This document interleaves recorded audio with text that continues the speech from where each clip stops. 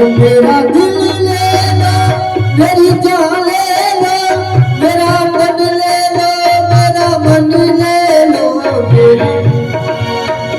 मेरा दिल ले लो, मेरी जान ले लो, मेरा मन ले लो, मेरा मन ले लो। मेरे इश्क को निस्बत है तुमसे, मेरे इश्क को निस्बत है तुमसे, जीवन सिंगार तुम्हीं से है, जीवन सिंगार तुमसे है।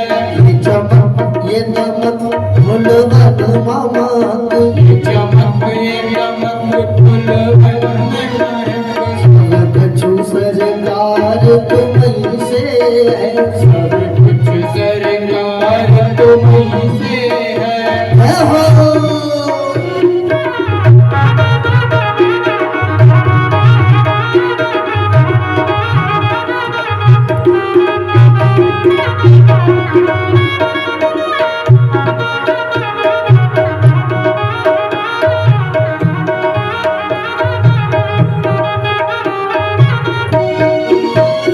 मैं तो भूल गई सब सुख चैना, मेरे जब से लड़े तुम संग नैना, मेरे जब से लड़े तुम संग नैना, मेरे जब से लड़े तुम संग नैना, मेरी नस नस में है प्रीत तोरी, नस नस में है प्रीत तोरी, मेरा सब सरकार तुमसे, मेरा सब सरकार तुमसे, ये चमक ये दमक फुलवन महक, ये चमक ये दमक फुलवन महक, सब कुछ सरकार तुमसे है, सब कुछ सरकार तुम्हीं से है।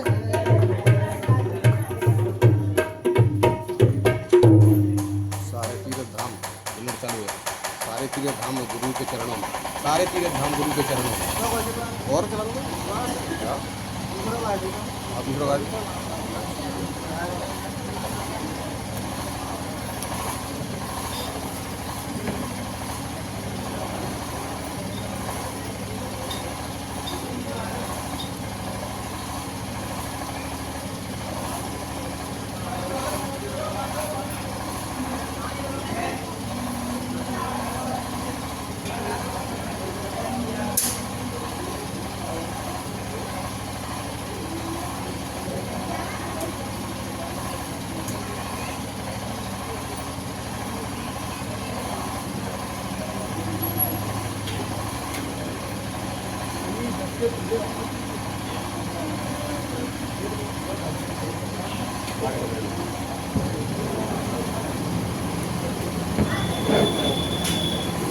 बोली वृंदावन बिहारी लाल की, बोलिए सदगुरुदेव भगवान की जय, सिद्ध महाराज की जय। आज समुद्र का जो मंथन हुआ तो उसमें से हलाहल जहर उत्पन्न हो गया। अब तो सभी देवता भगवान से प्रार्थना करने लगे, प्रभु ये हलाहल जहर से हमको कौन बचाएगा? तो कहने लगे कि अब तो देवों के देव महादेव की शरण में जाना पड़ेगा, भोले बाबा ही रक्षा करेंगे। सभी देवता मिलकर के त्राहिमाम त्राहिमाम भोले बाबा के पास पहुंचे, रक्षा करिए। भोले बाबा ने कहा क्या बात है? तो कहने लगे महाराज भगवान नारायण ने बताया था समुद्र में से अमृत निकलेगा, इसके लिए हमने समुद्र का मंथन किया, अमृत तो निकला नहीं, उसमें से हलाहल जहर निकला है। अब इससे आप हमारी रक्षा करें, आप उसको पी लीजिए। तो भोले बाबा के बाद देवता तुम लोग बहुत ही चालाक हो, जब भगवान ने कही कि अमृत निकले हो तब न्योता कर भी नहीं आएगा। भोले बाबा तुम अमृत पी लियो, नहीं तो अकेले ही पहुंच गए, और जहर निकले आते भोले बाबा तुम पी लो। तो महाराज जी तो सबन को स्वभाव है, अच्छो मिले तो अपने कार्य खराब हो तो सबन के लिए। पर महाराज हम तो देवता हैं, वो आप तो देवों के देव महादेव हैं, आप तो बड़े हैं, बड़ों का काम ही है, कोई काम बिगड़ता है तो बड़ों के पास ही जाते हैं, महाराज आप ही मेरी रक्षा करो। कहने लगे तो हम तो रक्षा कर लेंगे और जहर भी पी लेंगे, लेकिन उसमें एक कमी है। क्या दिक्कत आ गई है कि अब हमारा विवाह है गए और हमारे पूरे शरीर पे अधिकार नहीं है। आधे शरीर पे तो पार्वती का अधिकार है, आधे शरीर पे हमारा अधिकार है। आपने फोटो में भी देखा होगा, आधे में गौरा, आधे में शंकर है। गौरी शंकर भगवान है, उनके आधे फोटो में गौरा जी दिखाई, आधे में पार्वती भोले बाबा है, तो गौरी शंकर नाम है उनका। बोलिए गौरी शंकर भगवान की। तो महाराज गौरी शंकर है, आधे शरीर पे अधिकार है। अगर पार्वती कह दे तो हम जरूर जहर पी लेंगे। देवताओं ने सब पार्वती मैया से कहा तुम कह दो भोले बाबा से जहर पी लेंगे। अब पार्वती तो मौन हो गई। क्यों मौन हो गई? कि ऐसी कौन सी पतिव्रता होगी जो अपने पति से कह दे कि जहर खा लो। जहर खाने के लिए कोई पतिव्रता कह सकती है? साधारण देवियां नहीं कह सकती, तो जो देवों के देव महादेव की पत्नी कैसे कह दी पार्वती मैया अपने पति से जहर पी लो? कोई नहीं कह सकता, मौन हो गई। अब विचार कर रही है, मने भी नहीं किया। मने क्यों नहीं किया? क्योंकि ऐसी कोई मां नहीं होगी कि जिसके बच्चों पे संकट हो और मैया प्रसन्न होए, ऐसो कबू ना है सके। माँ तो यही प्रार्थना करती है भगवान से दिन रात, हे भगवान जितने भी संकट हमारे बच्चों के जीवन में हैं सब मुंह पे आ जावे और हमारे बच्चे प्रसन्न रहें, एक ही प्रार्थना करती है। तो साधारण माँ करती है, और ये माँ तो जगत माता है। पार्वती मैया जगत माता है, जगदम्बा है, सारे जगत की माँ है। अब ये कैसे दुखी देख सकती है अपने बच्चों को? तो इसलिए मौन हो गई। ना तो ये कहा पति से जहर खा लो, कोई पतिव्रता नहीं कह सकती, अपने पति को आदेश नहीं कर सकती कि जहर खा लो, तो कहा भी नहीं और मैंने भी नहीं दिया, मौन हो गई। जब मौन हो गई तो भोले बाबा समझ गए। क्या समझ गए? कि पार्वती की इच्छा है कि जहर का पान कर लें, लेकिन मुंह से नहीं कह सकती, पतिव्रता है, इसलिए पतिव्रता अपने पति से कभी नहीं कह सकती कि जहर खा लो।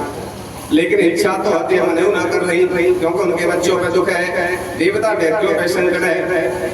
आज जैसे ही मौन स्वीकार हुई भोले बाबा के लिए, तो भोले बाबा प्रसन्न हो गए, पहुंच गए जाकर के समुद्र के किनारे, और जितना भी जहर निकला था आज भोले बाबा ने अपने करतली कृत्वा अपने हाथ में एक आग कर लिया, हाथ में ले लिया।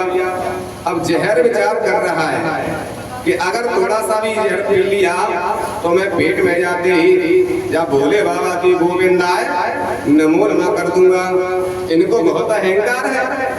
क्या अहंकार है? कि मैं जहर को बचा लूंगा, मेरी शक्ति का पता नहीं है, मैं तो जाते ही पेट में तो भोले बाबा को खत्म कर दूंगा। अहंकार जैसे ही दिखाया भोले बाबा के लिए जहर में, तो आज विचार कर रहे हैं भोले बाबा कि जो व्यक्ति दुष्ट होते हैं, जिनका स्वभाव दुष्ट होता है, वो चाहे उससे कितना भी प्रेम सज्जन व्यक्ति करें, वो कभी उनसे सज्जनता नहीं निभाएंगे, क्योंकि दुष्ट का स्वभाव है, वो अपना स्वभाव जरूर छोड़ेंगे।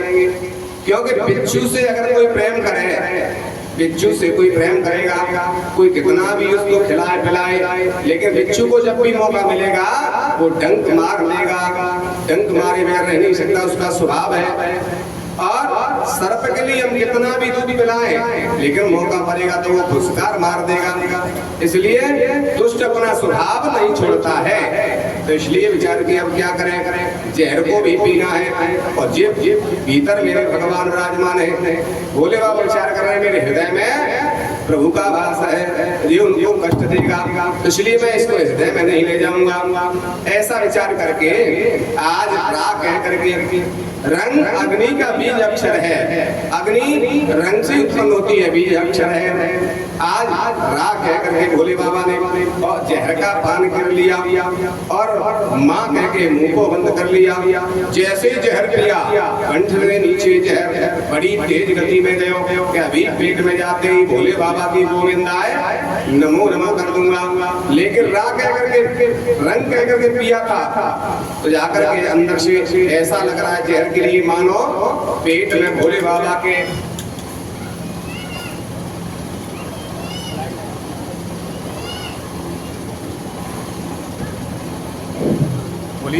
बोलिए वृंदावन हरि लाल की जय हो।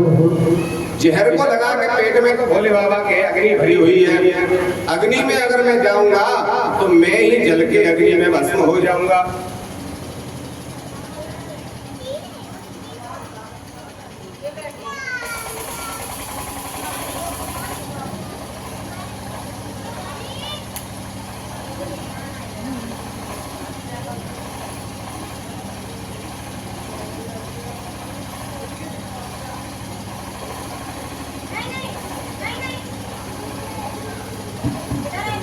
बोली वृंदावन में हरि लाल की। आज जहर पेट अंदर नहीं गया, बाहर निकलना चाह रहा है। भोले बाबा के पेट में तो अग्नि भरी हुई है, मैं जल जाऊंगा। जैसे ही बाहर निकलना चाहा तो भोले बाबा ने माँ कह करके मुंह को बंद कर लिया। जो मुंह करके ढक्कन लगाया तो आज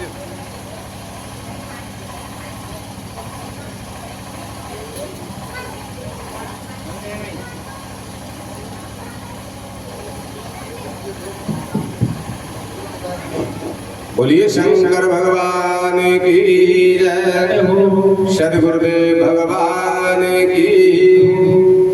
आज माँ कह करके भोले बाबा ने मुंह को बंद कर लिया तो जहर ना तो बाहर निकल पाया न अंदर रह पाया, कंठ में रह गया। तो धरती गए न सरग जाए, वो अध पर बैठे लपसी खाए। अब अंदर घुस लिया जहर को लेकर भोले बाबा कि मेरे प्रभु राम हृदय में विराजमान है, उनको कष्ट होगा।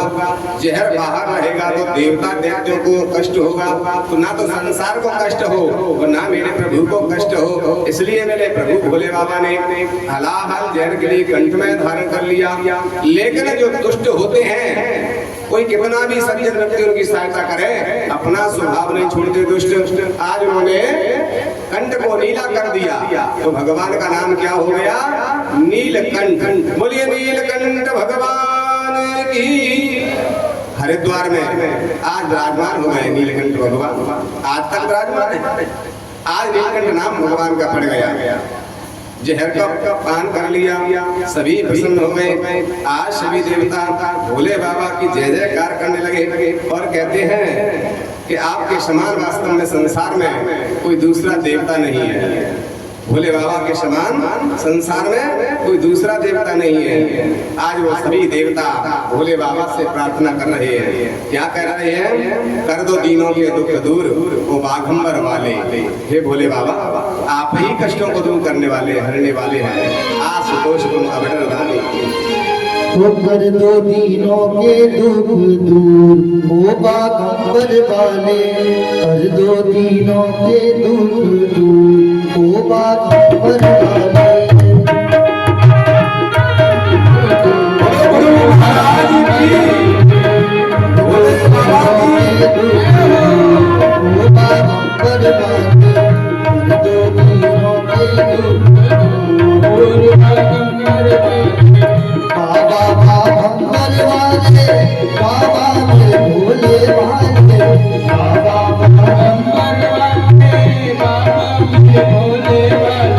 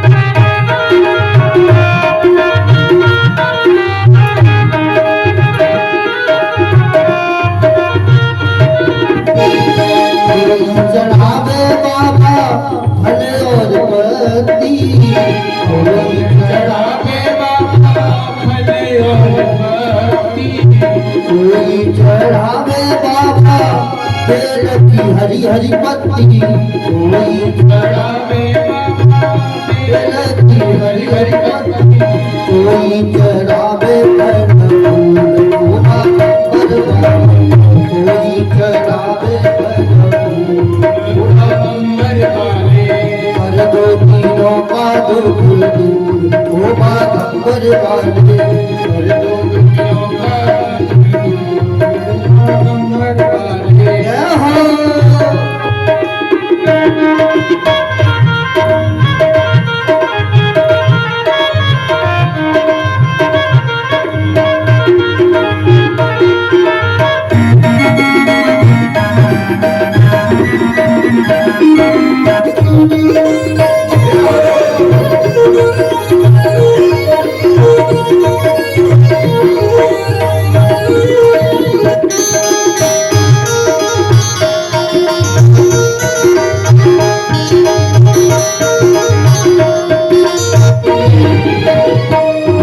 चढ़ावे बाबा भाग धूलो, कोई चढ़ावे बाबा भांग धतूरा, कोई चढ़ावे भोले भाग धूला, कोई चढ़ावे बाबा भांग धतूरा, कोई चढ़ावे कच्चे दूध शोभा बरवाले, कोई चढ़ावे कच्चे दूध शोभा बरवाले, कर दो तीनों का दुख दूर शोभा बरवाले, कर दो दुनियों का शोभा बरवाले। जय हो।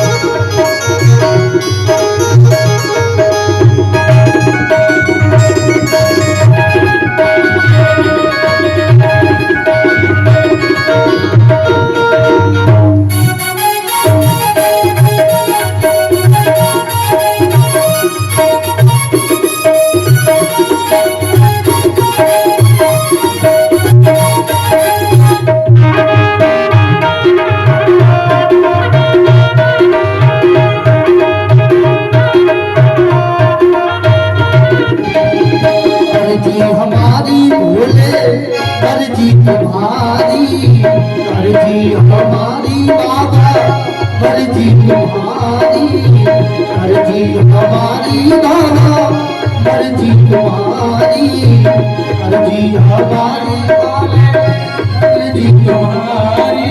और कहेंगे क्या बोलेगा से सभी लोग ताली बजाते हुए कहेंगे तो जरूर मानेंगे कैसे। अर्जी करो मंजूर बात करवाए, अर्जी करो मंजूर बात करवाए, कर दो वीरों का दुख दूर बात करवाए, कर दो वीरों का दुख दूर बात करवाए, बाबा बात करवाए, बाबा के लाश वाले,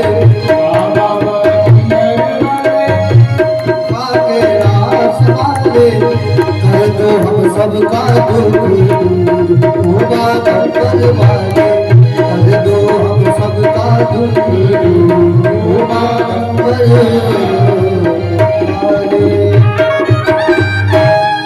बोलिए शंकर भगवान की जयकार। के मोहड़ी में दिला देगा तो बोलेगा मत लड़ाइए हैं? अगर प्रेम करते हो तो जोर से जयकार लगाया करो। बोला भोलेनाथ की, सदगुरुदेव भगवान की। आज सारे देवता जब हलाल दान कर लिया भोले बाबा ने, सभी देवता गदगद हो गए, प्रसन्न हो गए, सभी भोले बाबा की जय जयकार कर रहे हैं। आज दोबारा से समुद्र का मंथन हुआ है तो उसमें से कामधेनु गौ निकली है। आज कामधेनु गौ निकली तो देवताओं ने विचार किया कोई भी काम करते हैं उसमें गौदान किया जाता है, इससे वो कार्य सफल होता है। गौदान सुवर्ण दान करने से कार्य पूर्ण होता, कोई त्रुटि रह जाती इसकी पूर्ति होती। तो आज जब निकली है तो कामधेनु को दान ऋषियों के लिए कर दिया। उसके बाद में समुद्र का मंथन हुआ तो चंद्रमा निकला है, वो भोले बाबा के लिए दान कर दिया, क्योंकि भोले बाबा ने जहर पिया है और जहर में गर्मी होती है। जो जहर खा लेता है उसके शरीर में गर्मी बढ़ जाती है, कहीं गर्मी माइंड में चढ़ गई तो पागल हो जाता है। तो सबने विचार किया भोले बाबा ने जहर पिया है, कहीं गर्मी माइंड में न चढ़ जाए, इसलिए चंद्रमा भोले बाबा को दे दो, क्योंकि चंद्रमा में शीतलता होती है। तो भोले बाबा ने चंद्रमा मस्तक पर धारण कर लिया, क्योंकि मस्तक ठंडा बना रहे। कितना तेज बुखार आ जाए लेकिन माइंड ठंडा रहेगा तो ठीक हो जाएगा। कभी कभी बुखार माइंड में चढ़ जाता है तो व्यक्ति पागल हो जाता है। तो माइंड ठंडा होना चाहिए, सर ठंडा होना चाहिए। डॉक्टर भी बताते हैं पानी की पट्टी रखते रहो माथे पर, इसी बुखार माइंड में न चढ़े। तो भोले बाबा ने चंद्रमा धारण कर लिया मस्तक पे, तो भोले बाबा का नाम हो गया चंद्रमौली। बोलिए चंद्रमौली भगवान की। आज दोबारा से समुद्र का मंथन हुआ, कौस्तुभमणि निकली है, वो भगवान नारायण ने प्रदान कर दी। नारायण भगवान ने कौस्तुभमणि को पहन लिया। दोबारा से समुद्र का मंथन हुआ, श्री राधे शांति। दोबारा से मंथन हुआ, रंभा निकली है, कल्प वृक्ष निकला है, ये स्वर्ग में भेज दिया। और दोबारा से जो समुद्र का मंथन हुआ है तो उच्चैश्रवा नाम का घोड़ा निकला है, वो बलि ने लगाम को पकड़ लिया। कैसा घोड़ा है कि टाप न बूढ़ वेग अधिकारी, जल के ऊपर चलने वाला है, दोनों कनौती मली हुई है, श्वेत वर्ण है इसका। बलि ने ले लिया, महाराज हम स्वर्ग के राजा हैं अभी, तो राजाओं कैसा घोड़ा होना चाहिए, तो आज बलि ने ले लिया। फिर समुद्र का मंथन हुआ, ऐरावत नाम का हाथी निकला है, तो ऐरावत नाम का हाथी इंद्र ने ले लिया। कह लगे ये हमारे लिए, अभी हमने घोड़ा ले लिया, अब इसको हम लेंगे। कि नहीं, राजाओं पे हाथी होते हैं, हम राजा हैं स्वर्ग के। कि महाराज आपने पहले घोड़ा ले लिया तो हमने सबर किया, तो सबर के सवाई होते हैं, तो इसलिए हमको हाथी मिल गया। ऐरावत नाम का हाथी देवताओं को मिल गया। और दोबारा से समुद्र का मंथन हुआ तो श्री सुखदेव जी कहते हैं ततश्चाभिर्भूः साक्षात् श्री रमा भगवत्परः रंजयन्ती दिशः कान्त्या विद्युत् सौदामिनी यथः। आज उसमें से साक्षात लक्ष्मी निकली है, और लक्ष्मी के लिए कौन नहीं चाहता है बच्चे को पकड़े बैठा गोदी पकड़े खड़े होकर के उसको उठा लो, बैठा। बोली वृंदावन में हरि लाल की, बोलिए सद्गुरुदेव भगवान की।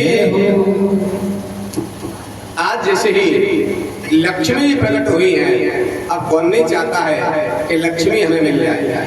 गृहस्थ भी चाहते हैं लक्ष्मी आ जाए, घर गृहस्थी की व्यवस्था ठीक चलने लगे। संत भी चाहते हैं अगर लक्ष्मी होगी तो आश्रम में भंडारे होते रहेंगे। देवता भी चाह रहे हैं स्वर्ग का राज्य मिल जाए, राज लक्ष्मी आ जाए। आज सब चाह रहे हैं, गंधर्व यक्ष नर सब चाह रहे हैं, लेकिन लक्ष्मी झगड़ा ना हो जाए इसलिए उसको माला दे दी। आज जिसको लक्ष्मी चाहे उसके साथ चली जाए। तो आज लक्ष्मी ने विचार किया कि मेरे योग्य तो नारायण भगवान है।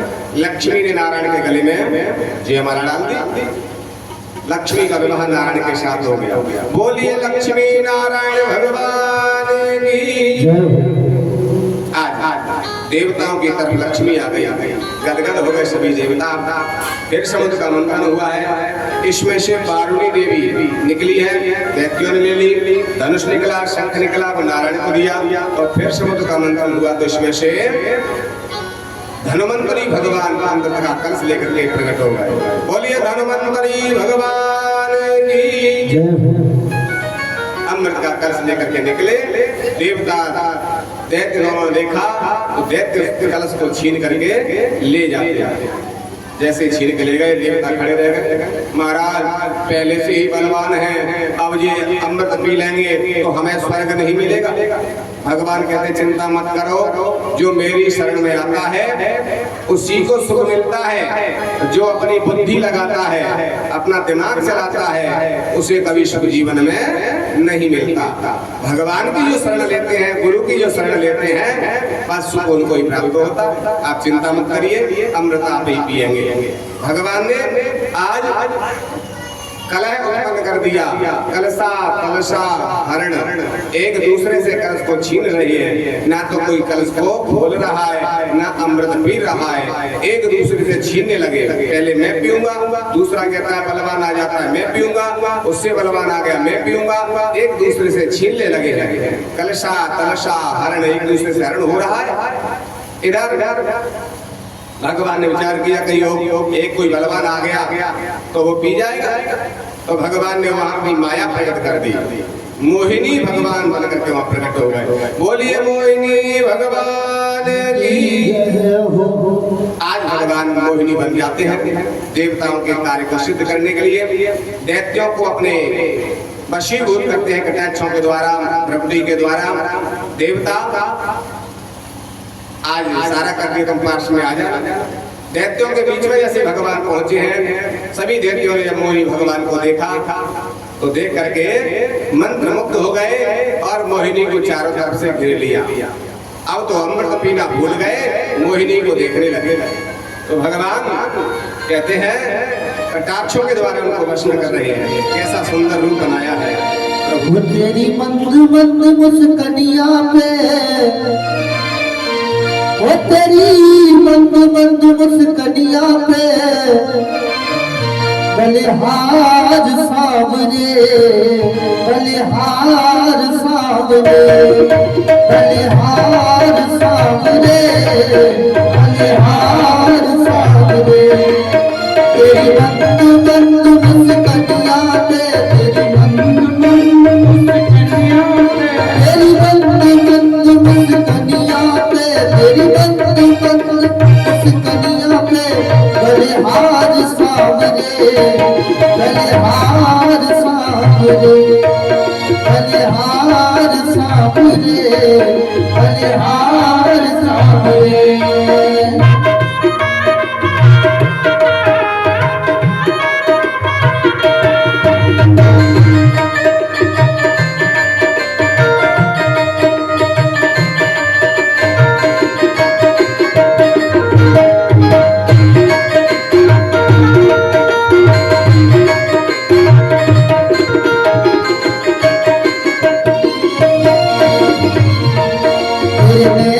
जब बंदवारे लगते हैं प्यारे प्यारे, तेरे नैन जब बंदवारे लगते हैं प्यारे प्यारे, तेरे नैन जब बंदवारे लगते हैं प्यारे प्यारे, तेरे नैन जब तेरी बंदू बंदू तेरी तिरछी सी चितवनिया पे, तेरी तिरछी सी चितवनिया पे बलिहार सावरे, बलिहार सावरे, बलिहार सावरे, बलिहार सावरे। तेरी बंद बंद मुस्कनिया पे, तेरी बंद बंद मुस्कनिया पे बलिहार सावरे जू, बलिहार सावरे जू, बलिहार सावरे जू, बलिहार सावरे। जय हो।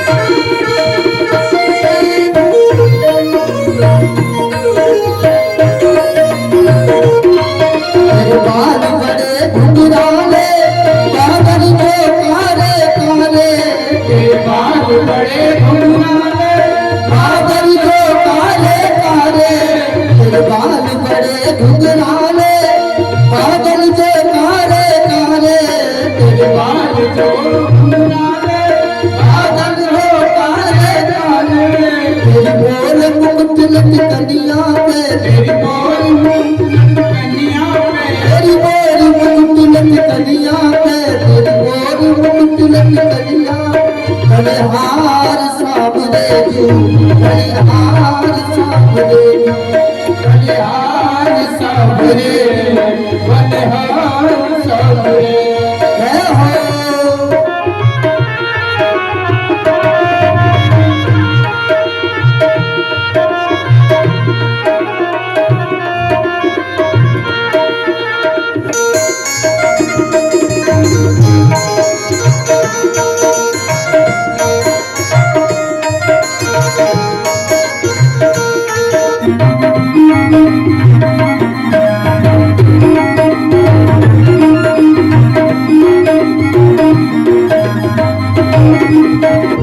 तेरी चाल अजब मतवाली लगती है प्यारी प्यारी तेरी चाल अजब मतवाली लगती है प्यारी प्यारी तेरी चाल अजब मतवाली लगती है प्यारी प्यारी तेरी चाल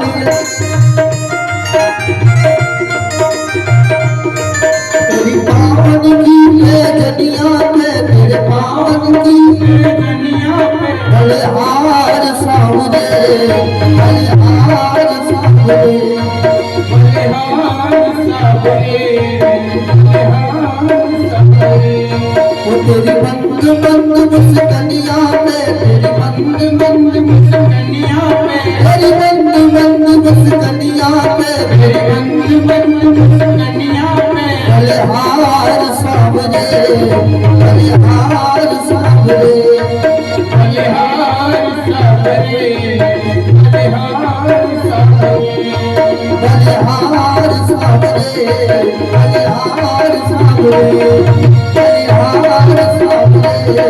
बलिहार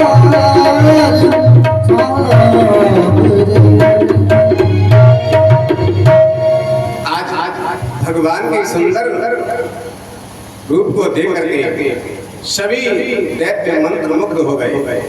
आज मंत्र मुग्ध हो गए तो कहने लगे रे भैया तुम आपस में काहे को झगड़ रहे हो? कहने लगे कि हम अमृत लेके आए हैं, आपस में झगड़ा हो रहा है, मैं पहले पीऊंगा मैं पहले पीऊंगा, इसलिए ऐसा करो जब अमृत तुम ले लो वो हमन में बंटवारा करके दे दो अमृत। भगवान ने विचार किया कि झूठो झगड़ो कबजो साचो कोई देव पी ना जाए। भगवान ने हाथ बढ़ा दी, सुंदर कलश को हाथ में ले लिया अमृत का। अब भगवान कहते सुनो हम तो एक है प्यावे कि हाँ एक है प्यारे पर हमारा झगड़ो तो शांत है जाओ। भगवान कहते हम तो एक हुए ना प्यारे, हम तो झाड़ पे कुरावेंगे। तो भगवान ने दैत्यों को इतना बस में कर लिया कि सबरे दैत्य कह रहे हैं तुम झाड़ पे कुड़ा दो पर हमारा झाड़ो शांत कर दो। भगवान कहते हैं इन्हें कहते हैं राक्षस। जो भक्त भगवान के होते हैं घर में जो वस्तु हो उसको मिल बांट के खा लेते हैं वो तो देवता माने गए। और दैत्य वो होते हैं जब बेशक खाए भी नहीं मिले पर पड़ोसी नहीं खा पावे, दूसरों नहीं खा पावे, झाड़ पे कुड़ा दो पर देवता नहीं पी पावे, हम बेशक नहीं पी पावे। अमृत झाड़ पे कुरावे तैयार है लेकिन आप उसमें मिल बांट के भैया देवता देता नहीं खा रहे। यही बस अंतर है स्वभाव में। जिसका स्वभाव ऐसा है जो ना खाए और ना खान दे, समझ लीजिए राक्षस है, पूर्व जन्म का राक्षस है हमारे घर। और जो कुछ भी आता है उसमें से आधा आधा करके लेगने करके बांट के खा ले, समझ लो ये देव योनि से आया है, देवताओं की योनि से आया है, बस यही पहचान। भगवान ने कहा कि अमृत है, एक बूंद पीने से अमर हो जाते हैं और आप झाड़ पे कुराने तैयार हो।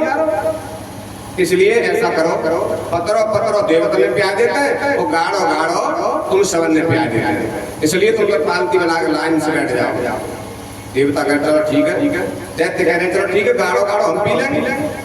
देवताओं से इशारा कर दिया भगवान ने, आ जाओ जल्दी से। अब कहा अमृत में गाढ़ो हो कहा पत्रो हो, लेकिन भगवान जिस पे कृपा करना चाहते हैं बस उन्हीं को सुख मिलता है। देवताओं को इशारा किया, सभी देवता करके लाइन से बैठ गए। भगवान अमृत सबको पिलाते जा रहे हैं। एक सुरभानु नाम का दैत्य था, उसने विचार किया कि पकड़े को गान में ले आवे देवता ने में और गाढ़ो भैया ने पी लेंगे। कछु लोग खाए भी कोई जियत है, जो खाए भी अच्छा मिल जाए भाई पहुंच जाएंगे, जहाँ अच्छा मिल जाओ भाई खा ले। तो महाराज कुछ खाने के लिए जीते हैं, कुछ जीने के लिए खाते हैं। दोनों खाते हैं, लेकिन खाने वाले का अलग अलग स्वभाव होता है। जो संत महापुरुष होते हैं वो जीने के लिए खाते हैं, थोड़ा खा लिया जिससे शरीर सही चलता रहे। और कुछ लोग खाए तो जिए मिल जाए मिल जाए, चाहे भजन करें चाहे नहीं करें, पर खाए भी पहले मिल जाए, खाए भी में आगे जिसे काम में सबसे पीछे दिखे, तो वो खाए भी तो जीते हैं, बस स्वभाव होता। तो आज सुरभानु नाम का देवता इसने विचार किया कि मेरा पुत्र पी आवे देवतन में और गाढ़ो गाढ़ो भैया में पी लेंगे। तो देवता बन करके सुरभानु नाम का देवता पहुंच गया देवताओं में। एक कोड़ी सूर्य में तो एक चंद्रमा में बीच में बैठ गए। आपने देखा होगा जो भले आदमी होते हैं अगर शादी में खाए हुए को जाएंगे तो खड़े ही रहेंगे, कुर्सी खाली हो तब बैठे रहेंगे, तब बैठे तो वे ठाड़े ही रहते। और जो चालाक होते हैं एक जब को जालेंगे तो बालेंगे और बीच में ही घुस गए, उसके कहते पहले ही खाए पी का फ्री है जाए, पता ना फिर क्या हो 1200 निगटा तो पहले खाए लो। इसलिए सूर्यभानु नाम के देवता ने ऐसा किया, एक कोनी सूर्य में एक चंद्रमा में बीच में बैठ गया और जाकर के भगवान ने सूर्य को दिया, सूर्यभानु को दिया और चंद्रमा सूर्य दोनों को देकर चंद्रमा को दे दिया। इधर देखा भगवान तो सब पहचान गए, भगवान तो अंतर्यामी है, लेकिन अगर पंक्ति में कोई दुश्मन भी बैठा हो तो कभी उसको छींकना नहीं चाहिए, नहीं परसने वाले को पाप लग जाता है, पंक्ति भेद का पाप लग जाता है। तो इसलिए भगवान ने तो सब पहचान लिया दैत्य को, सूर्यभानु को, लेकिन पंक्ति भेद की वजह से सूर्य को दिया, सूर्यभानु को दिया, चंद्रमा को दिया। तब तक सूर्य चंद्रमा ऐसा कभी महाराज ये दैत्य है हमको परेशान करेगा, इसे मत मिलाओ, इसे मन दो। तो भगवान ने मोहिनी को बन के आए थे, अपनी नंद को चक्र बनाया और जो सूर्यभानु के गर्दन में दिया तब तक वो अमृत को पी गया था। तो सूर्य पीने से आज उसकी मृत्यु नहीं हुई, अमृत के पीने से अमर हो गया। तो आज इसके दो हो गए, राहु और केतु। अब इनको जब ध्यान आता है कि मेरी गर्दन सूर्य चंद्रमा ने कटवाई, तो कभी सूर्य को जकड़ लेता है राहु, कभी चंद्रमा को, तो कभी चंद्र ग्रहण और कभी सूर्य ग्रहण पड़ते हैं। देवता उनको परेशान करता है राहु, इसने मेरी गर्दन कटवाई। आज भगवान ने उसको शांत करके बैठा दिया, सूर्यभानु अगर तू हमारी बात मान जाएगा तो आज से तेरी पूजा देवता में हो जाएगी, और अगर अपने भाइयों से कहेगा तुझे कुछ भी नहीं मिलेगा। तो आज तक हमारे 6-7 ग्रह हैं और 2 तुम हो जाओगे तो हम नवग्रह हो जाएंगे। जहाँ भी कोई पूजा होगी नवग्रहों की पूजा हो करेगी, तुम्हारी पूजा हो करेगी रोज देवतन में। सूर्यभानु ने विचार किया मुझे क्या लेना देना भाइयों से, मेरी पूजा हो गई घर घर में तो मैं तो शांत होकर बैठ गया। तो आज नवग्रह हो गए, राहु और केतु बन जाता है। सूर्यभानु 2 रूप में पूजा हो जाएगी उसकी। सभी देवताओं को अमृत पिलाया, तो अमृत पिलाने के बाद आज भगवान दैत्यों की ओर गए, जहाँ दैत्य बैठे थे लाइन से। भगवान जैसे पास में पहुंचे हैं और ऐसो डंडूरा सो आयो हवा को के डार मोहनी जे गई मोहनी के हो गई मोहनी, कहीं मोहनी नहीं, डंडूरा सो आयो और वहाँ कुछ नहीं है। दैत्यों ने देखा ये तो हमारे साथ में छल हो गया। अब तो दैत्य देवताओं में युद्ध होने लगा। भगवान भी सहायता कर रहे देवताओं की, उधर ही से लक्ष्मी जी पहुंच गई, अमृत भी पी लिया था। तो देवताओं को अमृत मिल गया क्योंकि भगवान की शरण है। जो गुरु की शरण होते हैं, भगवान की शरण होते हैं, संसार का सुख उनको ही प्राप्त होता है। जो अपनी बुद्धि चलाते हैं, धन का अहंकार करते हैं, उनको कभी सुख नहीं मिलता। कितना भी धन घर में बना रहे लेकिन भगवान की शरण नहीं लेंगे तो हमारे घर में लड़ाई झगड़ा कलेश और बीमारियां बनी ही रहेगी। कितना भी धन हो तभी उसका समाधान नहीं हो सकता जब तक हम भगवान की शरण नहीं जाएंगे, गुरु की शरण नहीं लेंगे, तब तक हमको सुख शांति नहीं मिलेगी। आज देवताओं ने अमृत भी पी लिया, भगवान की शरण गए। दैत्यों ने अपनी बुद्धि लगाई, कलश को ले गए, लेकिन भगवान की शरण नहीं थी, इसलिए देवताओं को अमृत नहीं मिला। और देवता भगवान की शरण गए तो देवताओं को अमृत प्राप्त हो गए। युद्ध हुआ, सभी देवताओं को समाप्त कर दिया। देवासुर संग्राम हुआ है वहां पर। देवासुर संग्राम में सभी देवताओं को परास्त कर दिया। देवताओं के लिए अमृत प्राप्त हो गया, स्वर्ग भी प्राप्त हो गया। इधर दैत्यों के जो गुरु थे शुक्राचार्य, जब उनको पता चला कि हमारे शिष्यों के साथ में धोखा हो गया, अमृत देवताओं को खिला दिया और दैत्यों के लिए नहीं पिलाया। उनको समाप्त हो गए हैं। शुक्राचार्य ने जीवित किया है अपनी अमृत विद्या के द्वारा, क्योंकि शुक्राचार्य के पास ऐसी विद्या थी जो मरे हुए जीवित हो जाते हैं। अमृत संजीवनी विद्या के द्वारा शुक्राचार्य ने आज बलि महाराज को पुनर्जीवन दान दिया, दैत्यों को भी कुछ जीवित किया। तो आज बलि महाराज सेवा कर रहे हैं गुरु महाराज की, तन मन से सेवा की, समर्पण भाव से। सेवा करने के दो भाव होते हैं, गुरु की सेवा सब करते हैं, भगवान की पूजा सब करते हैं, लेकिन दो भाव होते हैं। जब तक हमारे घर में कोई बीमारी है, संकट है, तो भगवान के आगे पीछे घूम रहे हैं, गुरु के आगे पीछे घूम रहे हैं। और बीमारी और संकट दूर भये तो काय के गुरु, काय के भगवान, कोई नहीं पूछता उनको। तो ये मतलब का भाव है। जब तक परेशानी है, कष्ट है, तब तक तो भगवान गुरु को पूछ रहे हैं। और जब हमारा उल्लू सीधा हो गया, हमारा कार्य बन गया, तो न तो भगवान के पास जाए, न मंदिर में जाए, न गुरु के पास जाए। तो ये मतलब का भाव है। एक भाव ऐसा होता है, चाहे हमारे पर संकट हो चाहे नहीं हो, निरंतर भक्ति चलती रहती है, वो एक रस भाव होता है। तो महाराज आज समर्पण भाव गुरु के चरणों में कि मेरे तो मृत्यु हो गई, बलि महाराज कहते हैं गुरु की कृपा से मुझे पुनर्जीवन मिला है, दोबारा से जीवन मिला।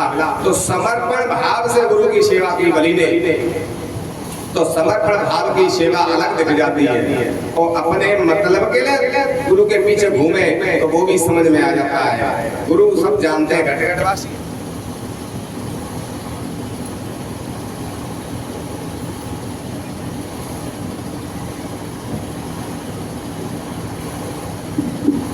बोलिए वृंदावन हरिलाल की, बोलिए सतगुरुदेव भगवान की जय हो।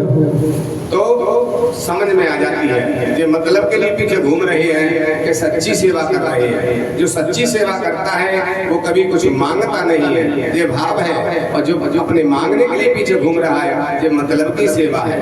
तो महाराज सब समझ में आ जाता है। गुरु महाराज की समझ में आ गई, शुक्राचार्य के समर्पण भाव से सेवा की है बलि ने।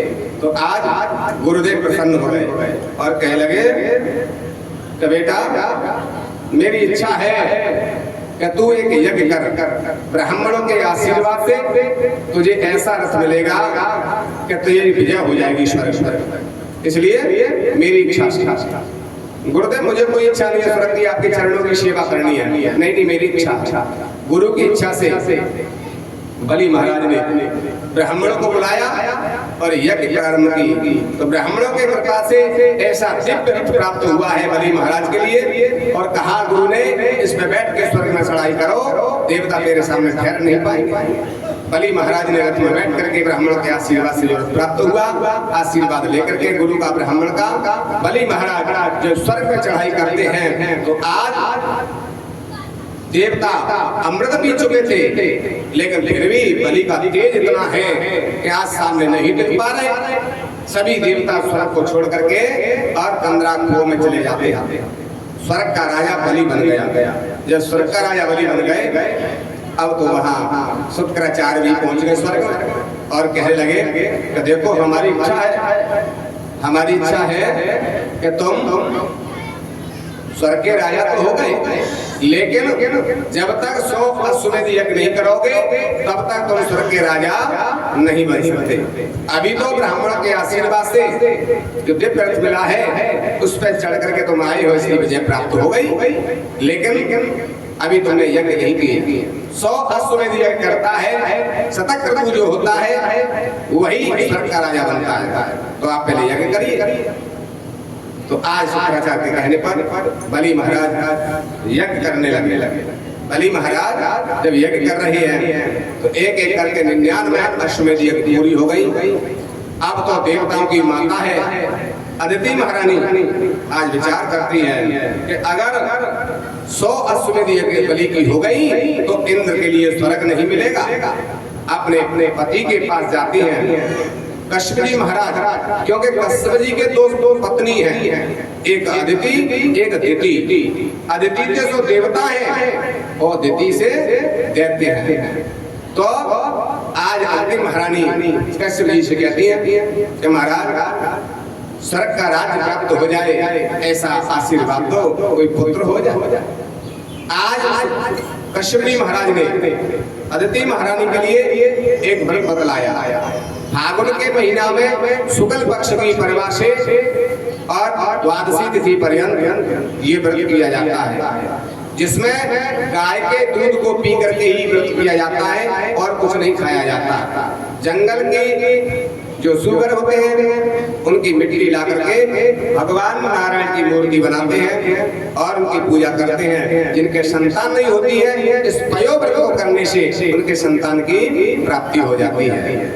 और आज अदिति महारानी ने ये व्रत किया, पयोव्रत। इस व्रत के करने से आज अदिति महारानी के भादों के महीना में शुक्ल पक्ष में द्वादशी तिथि के दिन वामन भगवान प्रकट हो गए। बोली वामन भगवान की जय हो।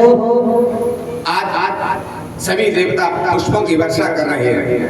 ब्रह्मा जी आते हैं, एक कवि संस्कार करते हैं। सरस्वती मैया ने सद्बुद्धि दी है, अन्नपूर्णा ने भिक्षा डाली है, ऋषियों ने कुशाएं दी हैं। सभी देवताओं ने अपना अपना आशीर्वाद वामन भगवान को दिया और वामन भगवान अपनी मैया से कहते हैं, माँ मेरे लिए क्या आदेश है।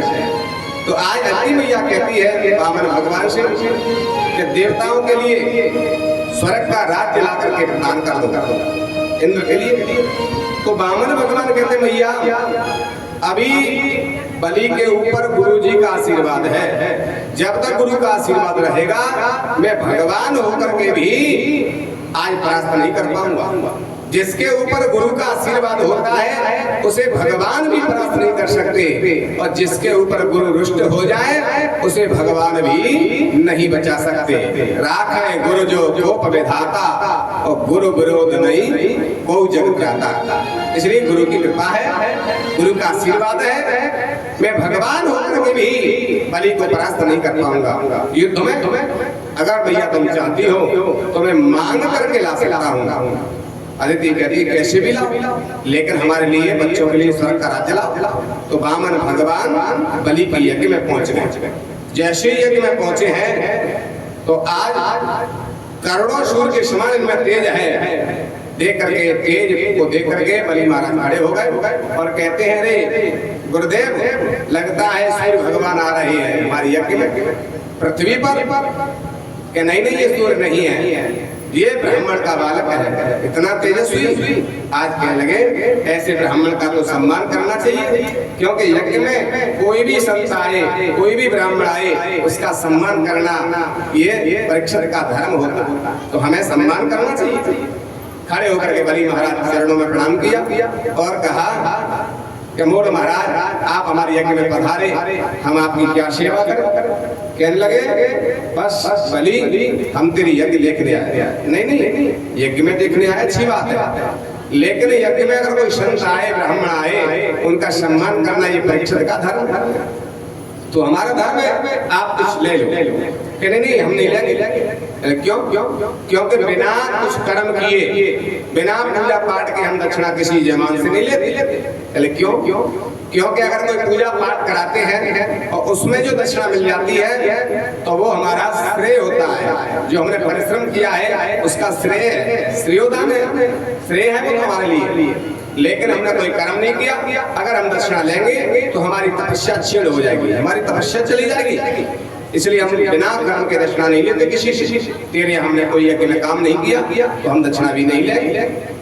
जैसे बलि महाराज ने देखा सुना गदगद हो गए। इतना त्यागी ब्राह्मण आज कहाँ मिलता है। दक्षिणा के लिए तो हमेशा किसी से कहो तुरंत हाथ बढ़ा देते। तो महाराज आज आपको लेना पड़ेगा। मेरे यज्ञ में मैंने संकल्प लिया कोई भी ब्राह्मण आएगा मैं खाली हाथ नहीं लौटाऊंगा, तुम्हें कुछ तो लेना पड़ेगा। नहीं हम कुछ नहीं लेंगे। नहीं लेना पड़ेगा। अब तो जिद करने लगे, कह रहे तो अच्छा दक्षिणा नहीं लेते हो? नहीं। तो ऐसा कर तुम्हारा विवाह हो गया कि नहीं हुआ? तो ऐसा करते हैं तुम्हारा विवाह करवा देते हैं। भगवान कहते हैं इतने बामन अंगुल के हैं, कौन विवाह करेगा? क्या चिंता नहीं करो, छोटी कन्या होगी बामन अंगुल की, उसी के साथ करवा देंगे ब्राह्मण की कन्या के साथ। कि महाराज विवाह हो जाएगा तो बड़ा झंझट है। फिर तो विवाह हो गया तो धर्म पत्नी के लिए, ब्राह्मणी के लिए धोती लाओ, श्रृंगार लाओ, गहने लाओ, ये कहां से लाएंगे? तो हम किसी से मांगते नहीं, कहां से उनकी पूर्ति करेंगे?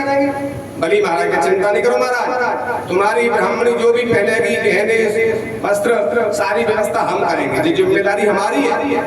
अच्छा महाराज, तुम सब गहने दोगे, कपड़े दोगे? अरे वाह, तो फिर क्या है, सारी व्यवस्था आप कर रहे हो, कर लेंगे विवाह। ठीक है महाराज, तो ये बताओ, अगर विवाह हो गया तो फिर बालक भी होंगे कि हमारा मतलब ठाकुर जी की इच्छा है कि तो कोई 2-4 बालक ज्यादा हो गए तो उनकी व्यवस्था, सब व्यवस्था हम करेंगे, खाने पीने की सारी व्यवस्था। अच्छा, तो पढ़ाई लिखाई की व्यवस्था महंगी कितनी हो गई है, इतनी महंगी पढ़ाई है, कैसे होगी? कि महाराज चिंता नहीं करो, हमारे बाबा का विद्यालय है, हिरण्यकश्यप दानव विश्वविद्यालय है, हमारे बाबा के नाम से है, और उसमें इंग्लिश मीडियम स्कूल है, सारी व्यवस्था हम करेंगे, पढ़ाई लिखाई, किताब, ड्रेस, व्यवस्था सब हमारी तरफ से फ्री रहेगा।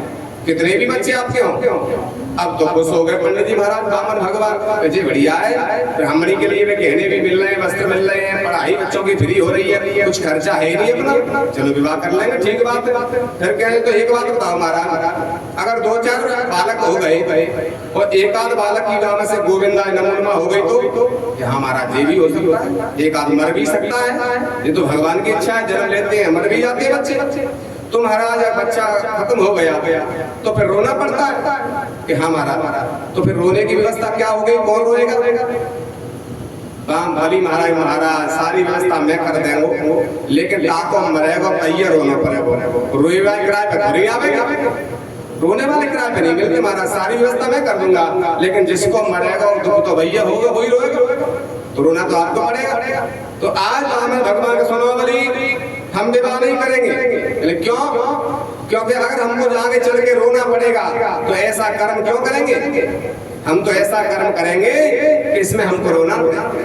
कबीरदास जी क्या कहते हैं? कबीरदास जी कहते महाराज, ऐसी करनी कर चलो कि हम हंसे जग रो, ऐसी करनी कर चलो हंसे जग रो, ऐसी करनी कर चलो हंसे जग रो। कबीरा जब पैदा भये हम जुबे वो जग हंसिए हमरो, कबीरा जग हंसिए हमरो, कबीरा जब पैदा भये तब हंसिए जगियो, कबीरा जब पैदा भये जग हंसिए हमरो। ऐसी करनी कर चलो अब हंसिए जग रो, कबीरा अब हंसिए जग रो। बामन भगवान कह रहे हैं बलि महाराज से, कबीरदास जी कहते हैं, कबीरा जब हम पैदा हुए तो जगत हंसे हम रोए। जब बालक का जन्म होता है तो बालक रोता है और घर वाले खुश होते हैं, ढोलक बजते हैं, लाला भयो है, बधाई का बधाई है, सबरे हंसते हैं, पूरा घर परिवार, मेहमान आ जाते हैं, रिश्तेदार आते हैं और बहन बुआ भी आती है, खूब नाचती है, तो हमें बधाई मिलेगी, भाभी का लाला भयो है, खूब नाचती है, खूब गाते हैं, सारा जगत हंसता है। कबीरदास जी कहते हैं कि जब हम पैदा हुए जगत हंसे हम रोए, तो हम जन्म हुआ तो रो रहे थे, हमारी और किसी का ध्यान नहीं है, सब नाचने गाने में बधाई में लगे थे, लेकिन अब हम ऐसी गलती नहीं करेंगे, ऐसी करनी कर चलो कि हम हंसे जग रो।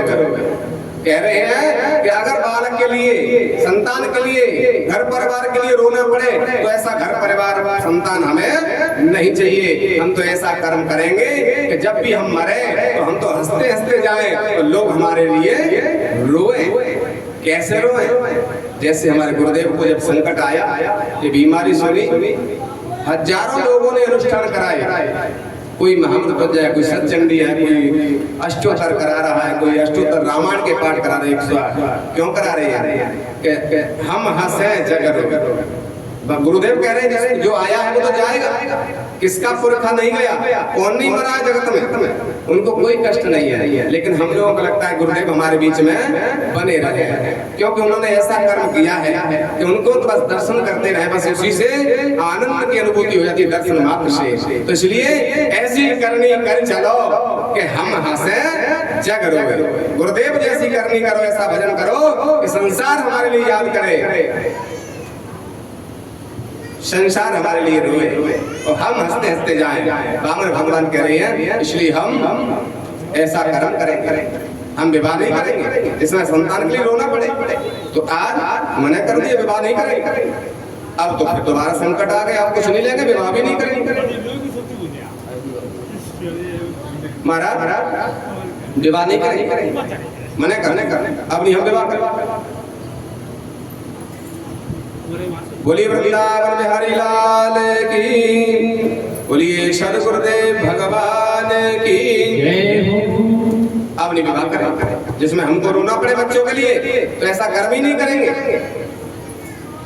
अब तो बली महाराज का जैसे तैसे हमें तैयार करें, बहू की सब व्यवस्था करेंगे, सोने के गहने हम देंगे, साड़ी हम देंगे, खाएगो पियो, पढ़ाई लिखाई सब फ्री, और तो मने कर रहे हैं कि नहीं नहीं आगे चल के रोना पड़ेगा घर गृहस्थी में, इसलिए हम विवाह नहीं करेंगे। हम तो आनंद के समुद्र में डूबेंगे, भजन करेंगे, तो सब लोग हमारे लिए याद करके रोए, तो हम तो हंसते हंसते चले जाएंगे। जाना तो सबको है, आज नहीं तो कल जाना तो सब, आया है सो जाएगा, राजा रंग फकीर, कोई सिंहासन चढ़ चला, कोई बंधा जंजीर। तुम्हारा हंसते हुए जाए। आज मने कर तो कहला कुछ तो लेना पड़ेगा हमारा, नहीं हम नहीं लेंगे, नहीं लेना तो पड़ेगा। अब तो बली महाराज जिद पे अड़ गए, लेना पड़ेगा। बस बामन भगवान कह रहे हम नहीं लेंगे, ज्यादा जिद करने लगे। बली अगर तुझे देना है तो हम जो मांगे वो दो, क्योंकि जो हमारे लिए जरूरत है वो तो देते नहीं, अपनी मतलब की चीज देते हैं। कैसे देते हैं कि चलो भागवत है रही है और धोती हम पहन तो रहना ने बगस में डरिए चढ़ाया, सपता पे धोती चढ़ाया, क्योंकि हम तो पहनेंगे नहीं, बेकार धोती चढ़ाया। तो बताओ जब तुम नहीं पहन रहे तो ठाकुर जी कैसे स्वीकार कर लेंगे उसको? इसलिए भगवान के लिए वो चीज चढ़ाओ जो हमको भी प्रिय लगे, जो किसी के काम आ सके, उस वस्तु का दान करोगे तो फल मिलेगा। और अपने बगस में डरी है, हम चाहे कथा पे चढ़ाए सपता, तो कब सपता पे भगवान ने स्वीकार करे कि ब्राह्मणी पहनेगी, तुम ही ना पहने तो ब्राह्मणी कहीं पहनेगी, तो तुम्हारा वो दान बेकार चला गया, व्यर्थ में चला गया। तो इसलिए वस्तु ऐसी दान करना चाहिए जो लेने वाले को काम आ जाए। चाहे वैसा एक रूमाल चढ़ाओ, लेकिन ऐसा चढ़ाओ कि वो प्रसन्न होकर चलो ये हमारे काम आएगा, तो उसका फल है। इसलिए बलि से कह रहे हैं शुक्राचार्य, आज बामन भगवान कह रहे हैं कि बलि अगर तुझे देना है ना तो हम जो माँ चाहते वो दे दो। क्या कि हम भजन करने बैठते हैं तो जिसकी जमीन में बैठते हैं, जिसके घर के सामने बैठते हैं, वो झाड़ू लेके आ जाए सवेरे, चलो महाराज खड़े हैं, झाड़ू लगा दिया, तो कोई भजन नहीं करने देता। तो हमें अपने पैरों के 3 पग भूमि चाहिए। बलि कहता महाराज पूरा शरीर तो बामन अंगुलक हो, 3 बिना दिया पावे और सो नहीं पावे हुए। बामन भगवान कह रहे सोए को न ले रहे, भजन कर भी ले रहे। मनुष्य का जीवन सोने के लिए नहीं है, विषय वासनाओं के लिए नहीं है। ये तन कर फल विषय न भाई, स्वर्ग स्वर्ग फंद बदाई। विषय वासनाओं के लिए शरीर नहीं मिला। ये शरीर क्यों मिला है कि साधन धाम मोक्ष कर द्वारा उपाय नहीं है परलोक समारा, प्रभु के भजन के लिए मिला है। इसलिए हम बैठ के भजन करेंगे, दान करेंगे तो 3 भूमि उसमें बैठ के भजन करेंगे जैसे कहा। तो आज कहता महाराज तो मैं 2 बीघा दे दूं, 3 बीघा दे दूं, 3 बीघा ले लो, मेरे पे बहुत जमीन है। नहीं ज्यादा नहीं चाहिए, क्योंकि ज्यादा कमाओगे तो और के लिए और कम कमाओगे तो अपने लिए। इसलिए ज्यादा के चक्कर में नहीं पड़ना, क्योंकि मऊ रस लाला के छटा में रखती रहती है, रस को इकट्ठा करती रहती है, और एक दिन कोई आता है धुआं दे करके पूरे रस को सेहत को ले जाता है, वो इकट्ठा कर करके मर जाती है और आनंद कोई और लेता है। इसलिए ज्यादा इकट्ठा करोगे तो कोई और ही आनंद लेगा, ज्यादा धन कमाओगे सुख नहीं मिलेगा। इसलिए धन उतना ही कमाओ और बच्चों के लिए ज्यादा धन कमाने की जरूरत नहीं है, क्योंकि पुत्र सुपुत्र तो का धन संचय और पुत्र कुपुत्र तो का धन संचय। धन जो कमाओ इसके लिए कि हमारे अतिथि आ जाए, उसका सम्मान हो जाए, अतिथि का सम्मान हो जाए और हम भी प्रेम से रहें। घर में सारी सुविधाएं व्यवस्था के लिए धन कमाओ, लेकिन ज्यादा इकट्ठा करने की जरूरत नहीं है। पुत्र के लिए तो अगर सुपुत्र होगा अपने आप ही कमा लेगा, और कुपुत्र होगा कितना भी धन ले आओ, धुंधकारी की तरह आत्मदेव का जितना भी धन था सब धुंधकारी ने समाप्त कर दिया। तो ऐसे पुत्र से तो धन कमाने से क्या लाभ। इसलिए संस्कार देना है, बच्चों के लिए कमाओ तो संस्कार कमाओ, अपनी संतान के लिए संस्कार दो, देना तो संस्कार दो, धन कमाने के देने की जरूरत नहीं है। आज कह ले हमें ज्यादा धन नहीं चाहिए, हम तो सिर्फ 3 पग भूमि लेंगे। जैसे ही 3 पग के ठीक है महाराज तो ले लो, जो चाहिए वहां से नाप कि नहीं बली ऐसे नहीं लेंगे, संकल्प करके देगा तो लेंगे। जो संकल्प में जोर लगाया, संकल्प करके दे तब लेंगे। तब तक आ गए शुक्राचार्य ने कहा बली बहुत देर हो गई, क्या बात है महाराज, ऐसा त्यागी ब्राह्मण जीवन में नहीं देगा, हम देना चाह रहे हैं, हम ज्यादा दे रहे हैं तो भी नहीं ले रहा। ऐसा त्यागी ब्राह्मण पहली बार देखा है। ब्राह्मण के लिए दक्षिणा के लिए लड़ जाते हैं ब्राह्मण, तो जो दे रहे फिर भी नहीं ले रहा। तो आज बात कहने लगे संकल्प करके ले रहा वो, अच्छा ध्यान लगा देखा ये छोटा सा ब्राह्मण का बालक संकल्प करके क्यों ले रहा है। जमीन लेनी है, पैसे ले रहे तो वैसे ले जाओ, संकल्प में क्यों जोर दे रहा है। शुक्राचार्य ने ध्यान लगा के देखा, सोई ध्यान आ गया और कह लगे बली संकल्प हो गया कि नहीं। तो शुक्राचार्य कह रही है राजा बलि जिम्मे दे दान जिमी को ये ठगिया देश दुनी को जाई ने हिरणा कुसुमारो बन के सिंह वनी को। राजा बलि जिम्मे दे दान जिमी को ये ठगिया देश दुनी को जाई ने बसना सुर मारो तो धर के भेष जनी को। राजा बलि जिम्मे दे दान जिमी को ये ठगिया देश दुनी को। इसको बामन मन समझ, ये तो ठगिया है, 3 लोग का नाथ है, त्रिलोकीनाथ है जी, ये कोई ब्राह्मण नहीं है। इसलिए 2 पग में ही 3 लोग नाप लेगा, तीसरा इसका पग तो पूरा नहीं कर पाएगा। इसको छोटा मन समझना, बहुत 2 ही पग में 3 लोग नाप लेगा। जब इस प्रकार से बलि महाराज कहते जी भगवान है, हाँ धन्य है गुरुदेव भगवान, बिना गुरु के भगवान को कोई पहचान नहीं सकता। मैं तो ब्राह्मण समझ के ही दान कर रहा था, मेरे यज्ञ में ब्राह्मण आया है कि खाली हाथ नहीं जाने दूंगा, लेकिन गुरु ने बता दिया कि जो भगवान है बिना गुरु के हम भगवान को नहीं पहचान सकते। गुरु की ही कृपा होगी तो भगवान से मिलन होगा, गुरु ही भगवान से मिलाते हैं। आपने बहुत बड़ी कृपा करी गुरु महाराज, आपने बता दिया ये भगवान है। तो जब ब्राह्मण को मैं खाली हाथ नहीं जाने दे रहा तो भगवान का जब आए हैं इनको मैं कैसे खाली हाथ लौट जाने दूं। मैंने मुंह से कह दिया है, वचन दे दिया है, 3 पग भूमि दूंगा। हम क्षत्रिय हैं, प्राण पीठ से निकल जाए लेकिन हम कह करके लौटते नहीं है। इसलिए महाराज मैं जरूर दान दूं।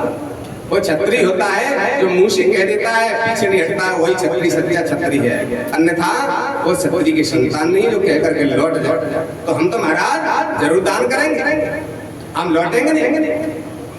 कहने लगे तो कैसे झूठ बोले, हमने तो कह दिया मुंह से। तो शुक्राचार्य कह रहे हैं शास्त्रों में वेदों में कहीं नहीं लिखा कि झूठ बोलो, लेकिन जो राक्षसों की नीति है शुक्र नीति में लिखा है। शुक्राचार्य कह रहे हैं हमारी शुक्र नीति में लिखा हुआ है, राक्षसों की नीति में क्या लिखा है। तो शुक्राचार्य कह रहे हैं कि स्त्रीषु नर्म विवाहे च वृद्ध्यर्थे प्राण संकटे गौब्राह्मण कृतार्थाय नानुतम च जुगुप्सुतिः। कहते हैं स्त्रीषु नर्म विवाहे च वृद्ध्यर्थे प्राण संकटे गौ ब्राह्मणार्थे हिंसायाम नानुतम च जुगुप्सुतिः। शुक्राचार्य कहते हैं राक्षसों की जो नीति है उसमें लिखा है कि स्त्री से झूठ बोल जाओ तो पाप नहीं लगता। कब बोल जाए, रोज नहीं बोलना चाहिए, नहीं तो कोई सीख ले पंडित जी कथा में कह रहे अपने घर झूठ बोलो। पंडित जी नहीं कह रहा भाई, ये शुक्राचार्य की नीति है, शास्त्रों में नहीं लिखा। लेकिन कब झूठ बोले, जब हम कहीं से थके हुए आए हैं और घर में भोजन की थाली पे बैठ गए।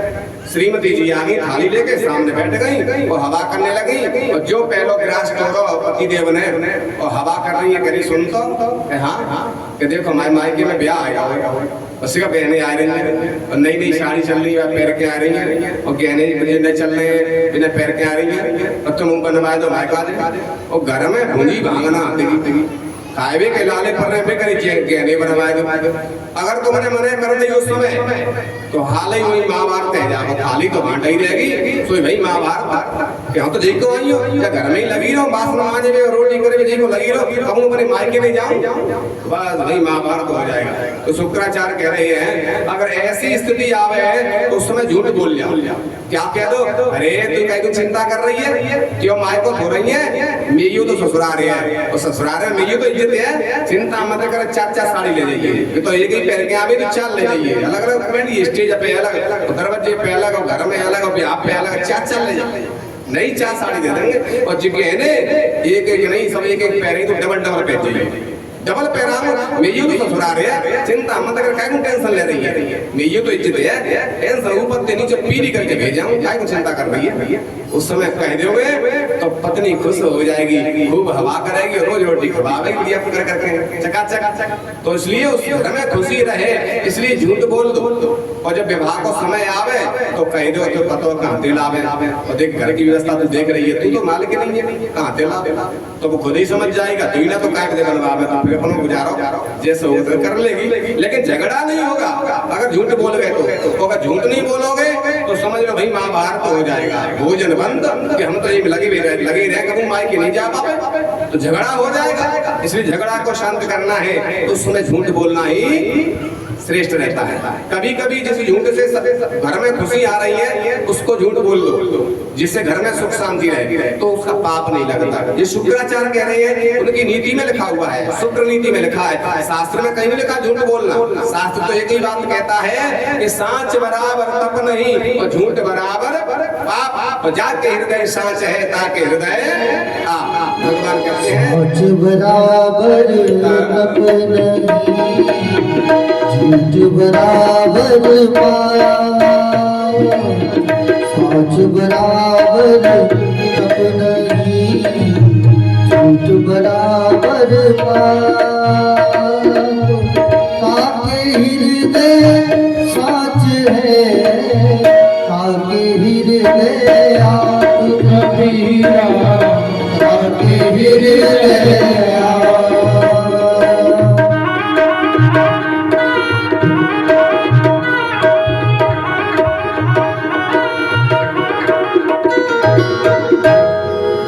शुक्राचार्य जी कहते हैं शास्त्रों में तो कहा है कि हमेशा सत्य बोलो, कभी झूठ मत बोलो, लेकिन शुक्राचार्य की रीति में लिखा है स्त्रीशु, उस समय स्त्री से झूठ बोलोगे तो पाप नहीं लगेगा। स्त्रीशु नर्म, नर्म कहते हैं मजाक, कई लोग मजाक में कई लंबी फेंक देंगे कि वो समझ में आ जाएगी सब पे झूठ बोल रहा है, लेकिन मजाक में झूठ भी बोलो तो पाप नहीं लगता। स्त्रीशु नर्म विवाह में झूठ बोल दो, तुम्हारे झूठ बोलने से अगर किसी कन्या अच्छे परिवार में पहुंच जाए, संपन्न परिवार में, तो तुम्हें उसका आशीर्वाद मिलेगा। तुमने झूठ बोल दिया, किसी ने पूछा कहा भैया वहाँ पे हिल्लो ले आओ जाए, अरे मांगियो मत, मांग लोगे तो तुम्हें नहीं मिलेंगे, बहुत कह रहा है वहाँ पे पैसा कड़ो है, दिखावा ना कर दो, मांगियो मत कितने ही मिलेंगे, और बिगर मांगे तो बहुत देगा वो। तो ऐसे झूठ बोलने से अगर बच्चे का संबंध अच्छे घर में हो जाए और विवाह के समय जब मांगा नहीं तो जो होगा सो वो देगा, तो तुमको कह दो भैया हम तो का दे बोले के बाद दौना तो हम का करें, तो तुमको भी कोई बुलाना नहीं देगा। और बच्ची अच्छे घर में पहुंच गई तो जीवन भर तुमको आशीर्वाद देगी कि बिन ने हमारी सहायता करी था, सो ऐसे अच्छे घर में हम विवाह हो गए। बच्ची जीवन भर आशीर्वाद देगी, उसका पुण्य मिलेगा, उसमें झूठ बोलने का पाप नहीं लगेगा। स्त्री सुनर्म विवाह प्रत्यर्थे प्राण संकटे, किसी की आजीविका जा रही है, वृत्ति जा रही है, तुम्हारे झूठ बोलने से अगर वो बच जाए तो तुम्हें उसका पुण्य मिलेगा, पाप नहीं लगेगा। प्राण संकट है, किसी को फांसी लग रही है, तुम्हारे झूठ बोलने से अगर किसी की फांसी टल जाए तो तुम्हें आशीर्वाद मिलेगा, उसका पाप नहीं लगेगा। और गौ का हित हो जाए, ब्राह्मण का तुम्हारे झूठ बोलने से हित हो रहा है, तो उसमें पुण्य मिलेगा, पाप नहीं मिलेगा। इतनी जगह झूठ बोलने का पाप नहीं, पुण्य प्राप्त होता है। शुक्राचार्य जी कह रहे हैं ये शुक्र नीति में लिखा है, राक्षसों की नीति में लिखा है, शास्त्रों में लिखा। बलि महाराज कहते हैं महाराज ना तो जहाँ में कोई स्त्री है, ना को मजाक कह रही, और न को विवाह है, न को संकट, ना किसी ब्राह्मण का अनैत हो रहा, ना गौ का अनैत हो रहा है। जो बताया है यहाँ कुछ नहीं है, मैं दे रहा हूँ अपनी मर्जी से और ये ले रही है, ये तो ले भी नहीं, मैंने जबरदस्ती दिया इनको। तो तुम कह रहे तो उसमें से तो यहाँ एक भी बात नहीं है। शुक्राचार्य कहते तुम्हारा सब धन ले जाएगा, 2 ही पग में ना मिलेगा। वामन भगवान 2 ही पग में ना मिलेंगे। तो बलि महाराज कहते हैं गुरुदेव भगवान का ही तो सर्वस्व है। आरती में तो हम रोज गाते हैं, रोज मूल हराते हैं। कैसे कहते हैं कि तन भी तेरा, मन भी तेरा, सब कुछ है तेरा, स्वामी सब कुछ है तेरा, तेरा तुझको अर्पण प्रभु का, प्रभु को समर्पण क्या लागे मेरा। ओम जय जगदीश हरे। कहते हैं तन भी तेरा, धन भी तेरा, मन भी तेरा, सब कुछ है तेरा, तेरा तुझको अर्पण क्या लागे मेरा। कहते तो रोज है, लेकिन उनसे कहो कि गुरु महाराज की गुरु पूर्णिमा है, ये भंडारा हो रहा है, ठाकुर जी की कृपा से तुमका चकाचक धन है, तो जहाँ में लगा दो खूब 1-1 लाख रुपया, सोई बस कान बंद है महाराज, पैसा इतना कम है। घर को तो हिलो ना पर मोड़ी मोड़ा दुखी है, बिन की फीस ना भर पा रहे, बिन की व्यवस्था ना कर पा रहे, रोग बीमारी में जा रहा हो, मरे जा रहे, जाकर पैसा तो कोई ना, मन तो खूब है, दिल तो खूब है देवे, पर हथुई ना हाथ में कंते दे दे, क्योंकि दान में तो देव ना सकत, निकल तो ही ना मारा, देवे को दिल ना करे, और कहूँ जो कदा कर हिलो ना महाराज, मरे डरे जाकर कुछ हिलो ना, उन्हें घरे कुछ सगाई बाबा आया तो 3 साल के तो बेर हाउस में सस्सों भरी है, सावी ना हो, कछु जरूरत ही ना पड़ी, इतना तो गल्ला बाम में बेर हाउस में जमा है, हाँ 3 साल हिसाब ही ना करो, और जनते जो जमीन देख रहे हो ये सब तुम्हारी ही, मोड़ी तो राज्य करेगी तो दिक्कत ही ना देगा, धन की तो कमी ही ना। विवाह की बात आ जाए तो धन को भंडार भरे हैं, बेर हाउस में साविना बहुत सस्सों को, आलू को, गेहूं को जरूरत ही ना पड़ रही, इतना धन भरो भयो है, और दान को नाम आ जाए तो मर गए महाराज, मरे जा रहे हैं, हिलो ना खूब देवी को दिल खूब कर रहा है, पर कहाँ से दे तो महाराज देने के लिए निकलता नहीं है। तो आज कह रहे हैं महाराज ये तो भगवान का ही है। बलि कह रहे हैं कि तेरा तुझको अर्पण क्या लाग है मेरा। अगर जी 2 पग में तीनों लोग लेंगे तो कोई बड़ी बात थोड़ी है, मेरा नहीं है, त्रिलोकी तो लोकीनाथ की है, उनकी है। लेकिन आज मुझे ऐसा मौका मिला है ये दुनिया में किसी को नहीं मिलेगा, क्योंकि ठाकुर जी की कृपा से धन तो आता है और चला जाता है, लेकिन मौके पे जो दान कर लेता है, सेवा कर लेता है, उसका नाम हमारे साथ के लिए अमर हो जाता है। हमारे परिवार में ऐसे ऐसो जमीन दान करते हैं, ऐसो कर करेंगे तो हमेशा पुरखन के नाम चलते रहते हैं जो दान कर जाते हैं। तो महाराज हम तो जरूर दान करेंगे, समय है, आज हमारे पास है, कल नहीं रहेगा, इसलिए हम तो दान करेंगे, पीछे नहीं हटेंगे। आज भगवान से कह रहे हैं, भगवान से सब मांगते हैं, सब झोली पसार के मांगते हैं, भगवान हमारे कष्ट दूर कर दो, हमको ये दे दो, हमको वो दे दो, हमको नौकरी दे दो, हमको बालक दे दो, हमको धन दे दो। लेकिन आज ऐसा मौका किसी को नहीं मिला होगा कि 3 लोग का नाम मुझे मांगने आया हो। बलि कह रही है ये सौभाग्य मुझे मिला है कि 3 लोग के नाम से सब मांगते हैं, लेकिन 3 लोग का नाथ आज मेरे पास मांगने आया है, और 3 लोग का नाथ मुझ पे मांग रहा है, ये भगवान की कृपा है। वही उनको यश देना चाहते हैं, इसलिए मैं पीछे नहीं हटूंगा गुरुदेव, मैं जरूर दान करूंगा, ये मौका पीछे नहीं छोड़ूंगा, अवश्य दान करूंगा, चाहे मेरा सर्वस्व ले जाए फिर भी मैं दान करूंगा। शुक्राचार्य कहते तेरा सर्वस्व ले जाएगा कि नहीं गुरुदेव, पैसा चला जाए, भगवान का है, तेरा तेरे को अर्पण क्या लाग है मेरा, उन्हीं का तो है। आज मौका मिला है मुझे, तो ये सौभाग्य मिला है, ये सौभाग्य किसी को नहीं मिला, मैं दान अवश्य करूंगा। दान करने के लिए आगे शुक्राचार्य रुष्ट होकर चले गए, मेरी बात नहीं मानता, मेरा चेला होकर के गुरुदेव सारी बात मानूंगा, लेकिन भगवान के सामने भगवान मिल जाए और ये दान की बात आ जाए तो कैसे पीछे हट जाओ।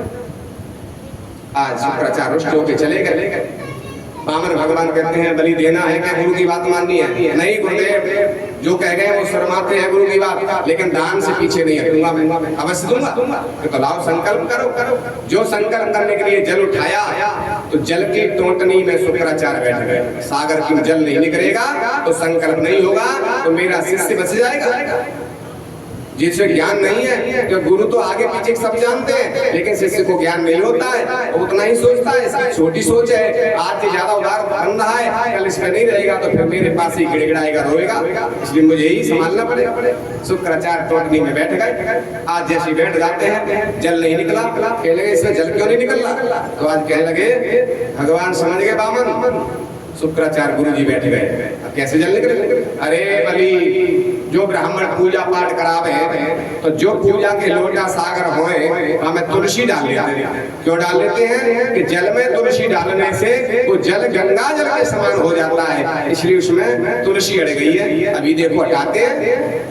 यज्ञशाला में कुछ पड़ी थी, कुछ लेकर के और बाण का ध्यान किया।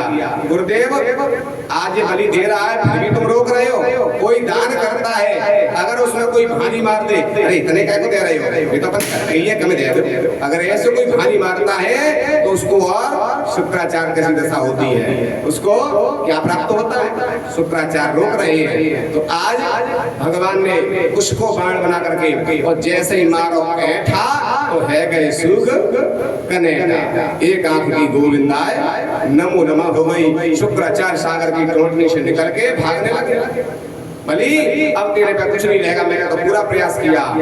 भगवान कह रहे हैं गुरुदेव, अब तो मैंने एक आंख कर दी, अब ना दो आंख हुई कि मेरो तेरो कर रहे, दो आंख दी, अब तो मैंने एक आंख से देखो पूरा संसार एक है, कोई अलग नहीं है। सी राम मैं सब जग जानी करो प्रणाम, जोर जोग पानी। सब में भगवान है, सर्वत्र मैं विराजमान हूँ, फिर भी तुम दो दृष्टि देख रहे हो, जे मेरा जे तेरा, मेरा तेरा करता है, उसकी दशा शुक्राचार्य तुम्हारे जैसी होती है। इसलिए सबको एक दृष्टि से देखो। इसलिए मैंने तुमको ज्ञान दिया है, सबको एक दृष्टि से देखो, कोई अपना नहीं, कोई पराया नहीं। जो समर्थ होते हैं, जो महापुरुष होते हैं, वो सबको एक दृष्टि से देखते हैं। इसलिए मैंने तुम्हारी संदृष्टि कर दी, एक दृष्टि कर दी। संकल्प हुआ है, वामन भगवान ने संकल्प बोला और जैसे संकल्प हुआ और जैसे ही बलि ने कहा अहम संप्रदे, वामन भगवान को देने के लिए जैसी बलि महाराज तैयार हुए तो संकल्प लेते समय मेरे प्रभु वामन भगवान विराट रूप धारण कर लेते हैं। कितना बड़ा रूप बनाया कि पग पाताल शीश अजधामा, पैर पाताल में भगवान वामन के चले गए और सर आकाश में चला गया। विराट रूप भगवान ने धारण कर लिया। लाओ बलि तीन पग का संकल्प। जब संकल्प लिया तो विराट रूप में तीन पग का लिया है। संकल्प लेने के बाद एक पग से और पृथ्वी में रसातल में जो 7 लोक हैं उनको नाप लिया और दूसरे पग से चरण से स्वर्ग में जो 7 लोक हैं उनको नाप लिया, भुजाओं से दिशाओं को नाप लिया।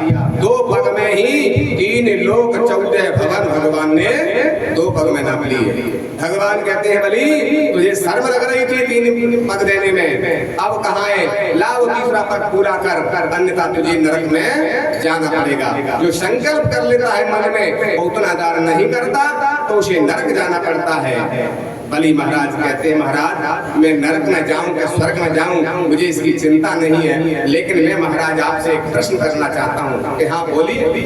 कि ये बताओ महाराज कि धन बड़ा होता है कि धन कमाने वाला धनी बड़ा होता है?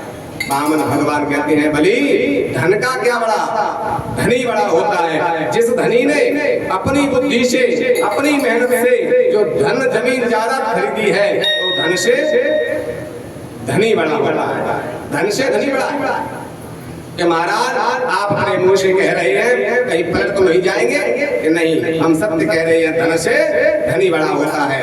तो वामन भगवान के सामने बलि महाराज हाथ जोड़ के खड़े हो गए कि महाराज मेरे धन में आपके 2 चरण पूरे हो गए, वो अभी धन से धनी सामने खड़ा हुआ है। तुमने कहा धन से धनी बड़ा होता है तो मेरे सामने अपना तीसरा चरण नापना, धनी में तीसरा चरण नाप लो। मैं 3 पग का संकल्प किया है, मेरा संकल्प पूरा कर दीजिए। मैं नरक जाऊं या स्वर्ग जाऊं ये तो भगवान की इच्छा है, लेकिन मैंने संकल्प मन में लिया है तो मेरा पूरा कर दीजिए महाराज। धन से धनी बड़ा बता रही है तो धनी अभी मौजूद है, धन में 2 चरण हो गए तो धनी में तीसरा चरण भी पूर्ण कर लीजिए। जैसे ही बलि महाराज ने कहा, आज गदगद हो गए वामन भगवान बलि। आजकल कोई थोड़ा दान ज्यादा खर्च हो जाए पूजा पाठ में, सोई जिमान की सांस से लुटत महाराज तुम तो इतना खर्चा बतायो 10 लाख में, ये तो 15 लाख में गाड़ी पहुंच गई तो कुछ हिसाब किताब न लग रहे हो। अब तो सांस फूल उठे कथा भंडारे कराने में। और बलि मैंने तेरा सर्वस्व ले लिया, 3 लोग 14 भवन नाम लिए, लेकिन फिर भी तू दान करने में पीछे नहीं हट रहा है। तेरे जैसा दानी ना तो पृथ्वी पे हुआ है ना होगा। दानियों में सबसे बड़ा पहला नाम आएगा तो दानियों में तेरी नाम की लिस्ट लगेगी, सबसे पहला तेरा नाम होगा। आज वामन भगवान बलि के छोटा रूप बना लेते हैं। जिस रूप से आए थे वामन भगवान बन गए, फिर वामन भगवान ने विराट से वामन बन गए। छोटे रूप में आकर के एक चरण पैर पे रखा, एक मस्तक पे रखा है, तीसरे पग में बलि को नाप लिया है और तीनों चरण का जो संकल्प किया बलि ने, तीनों चरण संकल्प के पूरे कर दिए हैं वामन भगवान ने। और कह रहे बलि आज मैं तेरे दान से संतुष्ट हो गया, प्रसन्न हो गया, मेरी इच्छा के अनुसार तुम दान किया है। अब मैं चाहता हूँ कि मेरी अपनी इच्छा के अनुसार तू मुझसे वरदान मांग, कुछ मांग ले। बोल क्या चाहिए? स्वर्ग चाहिए जिसके लिए तू यज्ञ कर रहा है? कि नहीं महाराज मुझे स्वर्ग नहीं चाहिए, मैंने तो दान कर दिया आपको, 3 लोग आपने नाप लिए, मुझे नहीं चाहिए। कि नहीं कुछ तो लेना पड़ेगा। नहीं महाराज, लेने का मांगने का काम बामन का होता है, ब्राह्मण का होता है। ब्राह्मण मांगता है और क्षत्रिय दान देता है। वो क्षत्रिय नहीं जो दान लेने के लिए हाथ बढ़ा दे, वो क्षत्रिय नहीं हो सकता। इसलिए बामन का काम है मांगने का, ये तो बामन का कर्म है, हम नहीं मांगे। तो बगल में उनकी रानी खड़ी थी, तो रानी के पास पहुंच गए विंध्यावली रानी से। बामन भगवान कह रहे हैं कि मांगिल राज पुर को और मांगिल तू बैकुंठ निशानी। 16 श्रृंगार 12 आभूषण सत्य कहे कि यही है निजमानी। इंद्र को इंद्रासन मांगिल आज तू सत्य कहे की निशानी। विष्णु विचार कहे मुख से तोय मांग न होय सो मांगिल रानी। भगवान कह रहे हैं वामन, अरे विंध्यावली रानी मांगल राज को रखो, स्वर्ग का सिंहासन मांग ले, बैकुंठ की निशानी मांग ले, 16 श्रृंगार 12 आभूषण और इंद्र का इंद्रासन मांग ले, स्वर्ग मांग ले, जो चाहिए सो तो मांग ले। क्योंकि तेरे पति ने जो सत्य बोला है पीछे नहीं हटे, दान करने का संकल्प लिया उससे पीछे नहीं हटे हैं। तो सत्य कहे कि यही है निशानी। जो सत्य के मार्ग में सर्वस्व लुटा देता है भगवान उसके लिए समर्पित हो जाते हैं, त्रिलोकी नाथ उसके समर्पित हो जाते हैं। फिर जो चाहता है भंडार उसके खोल लेते हैं भगवान। लेकिन जो सत्य पे टिका रहता है उसके लिए, और जो डिग जाता है भगवान उसका कोई सहायता नहीं करते। क्योंकि यदि अपनी बुद्धि से भाग गया, मुझे छोड़ के चला गया, असत्य पे चला गया, भगवान फिर उसकी सहायता नहीं करती। तुम्हारा सत्य कहे कि यही है निशानी, तो जो चाहिए तो मांग ले। विंध्यावली रानी क्या कहती है महाराज, हम ब्राह्मण नहीं है तो मांग लेंगे, मांगने का काम तो ब्राह्मण का होता है। हम क्षत्रिय हैं, प्राण पीठ से निकल जाए लेकिन कभी मांगेंगे नहीं। क्या कह रही है विंध्यावली रानी के हाड़िल त्याग गई माही को फिर फेर न पाव धरो महिमाई। और रहनी को त्याग गई जगई फिर हेरत कांत को शत्रु के नाही। कब कब के विष्णु तो मदानी भये मुपति पे आए पसारी पाई। और लौट के गंगा पछोई बहे पर मंगल पे हम मांगत नहीं। आज विंध्यावली रानी कह रही है महाराज कि हाडल त्याग गई महको। एक हाडल नाम का पक्षी होता है, वो जमीन पे पैर नहीं रखता है, जमीन पे भी पैर रखेगा तो लकड़ी ले लेगा पैर में तब बैठता है, वो जमीन पे पैर नहीं रखता है। हाडल त्याग गई महको, फिर पेड़ न पाँव धरो महिमाई, फिर वो पृथ्वी पे कभी पैर नहीं रखती है, हाडल नाम का जो पक्षी है। और रैन को त्याग गई चकई, चकई रात्रि में कभी अपने चकवा से नहीं मिलती है। रैन को त्याग गई चकई, फिर हेरत कंत का शत्रु गिनाई, अपने पति से नहीं मिलती है, चकवा से नहीं मिलती है, रात्रि भर अलग रहती है। ऐसे महाराज कब कब के विष्णु को दानी भय, तुम तो भाई कह रहे थे बलि 3 पग भूमि हमें दान दे दो जिसमें बैठ के भजन करेंगे। अभी हमारे पति से मांग रहे थे तो लौट के गंग पछोई बहे पर मंगन पे हम मांगत नहीं, हम छत्री हैं, प्राण पीठ से निकल जाए लेकिन कभी मांगेंगे नहीं। मांगने का काम ब्राह्मण का होता है, ब्राह्मण का होता है, हम छत्री हैं, मांगेंगे। आज बलि महाराज की पत्नी विंध्यावली रानी के सामने भगवान लज्जित हो गई है। वास्तव में हम मांग रहे थे, अब दानी बन गए। तो आज बामन भगवान बलि से कहते हैं, बलि देखो हम दान मांगने के लिए कह रहे, तुमने जो दान किया है, जो यजमान दान देता है तो उसका जो गुरु होता है, ब्राह्मण होते हैं, आचार्य होते हैं, तो उनको श्रेयोदान देते हैं, आशीर्वाद देते हैं। तो आशीर्वाद में तुझे क्या चाहिए वो मांगो, आशीर्वाद ले लो, क्योंकि आशीर्वाद लेने का धर्म होता है यजमान का। तो तुम्हारी इच्छा हो वो आशीर्वाद में ले लो। बामन भगवान कहते हैं, मुझे बताओ महाराज, बलि महाराज कह रहे हैं बामन भगवान कि ये बताओ अब हमको कहाँ रहना पड़ेगा। तो कहते हैं कि देखो पाताल में बामन धर्मज्ञ है, स्वर्ग से भी यह सुख है, जब तक इंद्र का पूरा समय नहीं हो जाएगा, कार्यकाल नहीं हो जाएगा, तब तक वहां दूसरा राजा नहीं जाएगा। जैसे चुनाव होते हैं तो 5 साल का कार्यकाल जब तक पूरा नहीं होता तब तक दूसरा चुनाव नहीं होता, ये विधान है। ऐसे ही जब तक स्वर्ग में इंद्र का कार्यकाल पूरा नहीं हो जाएगा तब तक वहां कोई दूसरा इंद्र नहीं बन सकता, तब तक तुम्हें पाताल रहना पड़ेगा। वो आगे चल करके तुम ही बलि महाराज, तुम ही जाकर के वहां स्वर्ग के राजा बनोगे। अभी इंद्रलोक में जो राजा है वो कौन है? अभी तुम नहीं बनोगे, अभी तुम रसातल में रहोगे। तो स्वर्ग के राजा अभी इंद्र हैं, उनका कार्यकाल पूरा नहीं हुआ। बलि ने कहा ठीक है महाराज, पाताल चले जाएंगे, लेकिन ये बताओ आशीर्वाद देना चाह रहे कि हाँ। तो बामन भगवान से कह रहे हैं बलि महाराज कि बस यही आशीर्वाद दे दो कि जब तक हम पाताल में रहें, जब तक हमारा वहां निवास रहे, स्वर्ग नहीं मिले, हमें ऊपर नहीं आए स्वर्ग में, तब तक पाताल में रहे, तब तक बस यही आशीर्वाद दो कि जब मैं जगूं और मेरी इच्छा होए उस दरवाजे से मैं निकलूं, और बामन दरवाजे में जिसमें इच्छा होता से निकलूंगा, लेकिन सबसे पहले दर्शन आपके हो जाए, आप बामन बन के मुझे दर्शन देना है, ये आशीर्वाद।